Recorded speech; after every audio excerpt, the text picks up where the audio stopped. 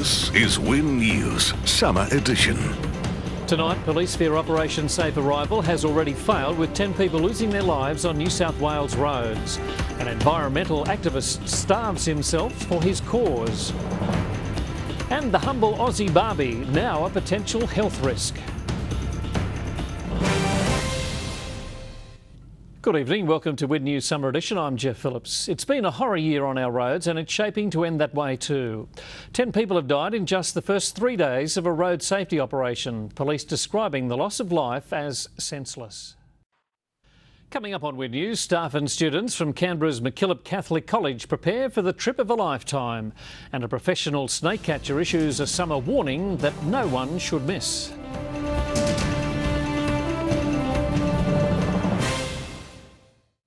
To the finance figures, the Australian share market closed marginally lower today following weakness in the major banks, consumer staples and the telco giant Telstra. BlueScope Steel was up 7 cents.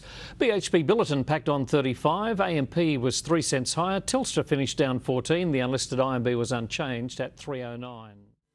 Time for sport now with Amy Taylor, and the Wollongong Hawks surrender top spot in the NBL, Amy. Yes, they have, Geoff, and it was a trip to Queensland they'd rather forget. Also, the 2-year-old filly that turned heads on debut, and some of the state's top cyclists thrash it out on the south coast.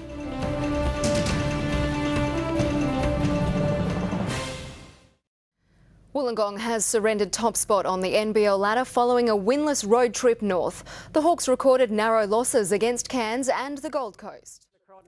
And that wraps up Monday's Sport, Geoff. Amy, thank you. The weather details are next. Then the high-tech decoration solution, computer-controlled Christmas lights.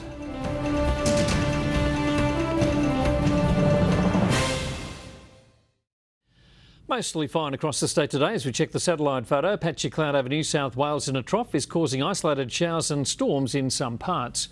On the synoptic chart, a low pressure trough lies over the northeast while a high pressure system is strengthening over the southern Tasman Sea. A cold front will move into New South Wales and link with a low pressure trough extending from the remnants of tropical cyclone Lawrence. The Bureau has issued a strong wind warning for the Illawarra and south coast from Broken Bay to Montague Island. Temperature-wise today, Orange peaked at 26, Dubbo hit 33, Bathurst climbed to 31, Wollongong 25, the same for Ulladulla, Bega 29, a top of 31 recorded in both Goulburn and Canberra, Wagga to 35, Griffith peaked at 34, Albury 14 to 33. The forecast for the central tablelands, isolated showers and thunderstorms and moderate west to nor'westerly winds. For the Illawarra and the Highlands, some isolated afternoon showers and thunderstorms.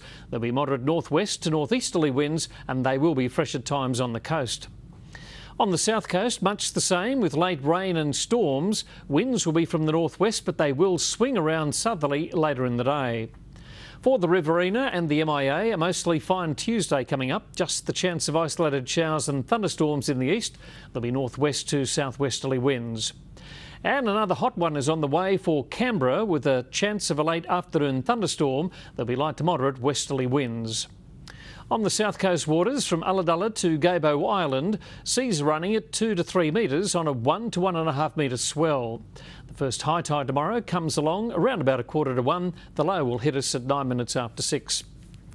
Temperature-wise, Orange looking at 29 degrees, Dubbo expecting 35, Bathurst 31, Wollongong climbing to 27, as is Ulladulla, Bega expecting 29, Goulburn to 33, Canberra 32, Wagga 36 degrees, Griffith 18 to 37 and Albury a top temperature of 35 degrees. Well done, Laurie. And that is the news from across the state and territory for this Monday night. If you have a news tip you'd like to share, you can email us at tips@wintv.com.au. I'm Geoff Phillips from the Win News team. Thanks for watching. Good night.